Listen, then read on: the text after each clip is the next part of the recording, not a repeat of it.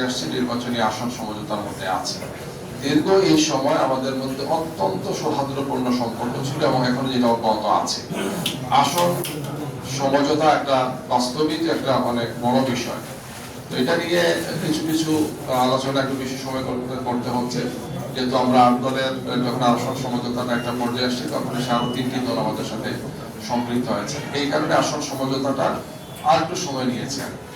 আমাদের পক্ষ থেকে আমরা অত্যন্ত দৃঢ়তার সাথে বলতে চাই যে আলহামদুলিল্লাহ আমাদের এই চলমান 11 দলের সুন্দর একটি পরিবেশ এখন আছে এবং সেটা আমরা অব্যাহত রাখবো এবং আসল সমঝোতাটা আপনাদের সামনে আমরা যথাসময় ফাইনাল কথা বলতে পারবো ইনশাআল্লাহ। একটু প্রশ্নটা এড়িয়ে গেছেন, যেটা বললো যে আপনারা উদারতা বা স্যাক্রিফাইস আসলে কতটুকু মাইন্ডে আছে? সব দল তার অবস্থান থেকে সর্বোচ্চ উদারতা, সহনশীলতা, সম্মান, মর্যাদা রেখেই ভূমিকা রাখছে। যদি এই জোট ভেঙে যায় জামাতের অবস্থান কি হবে? নির্বাচনের মাঠে আপনারা পিছিয়ে যাচ্ছেন কি? আমরা আশা করছি যে এই ধরনের কোনো সমস্যা হবে না ইনশাআল্লাহ। সবাইকে ধন্যবাদ।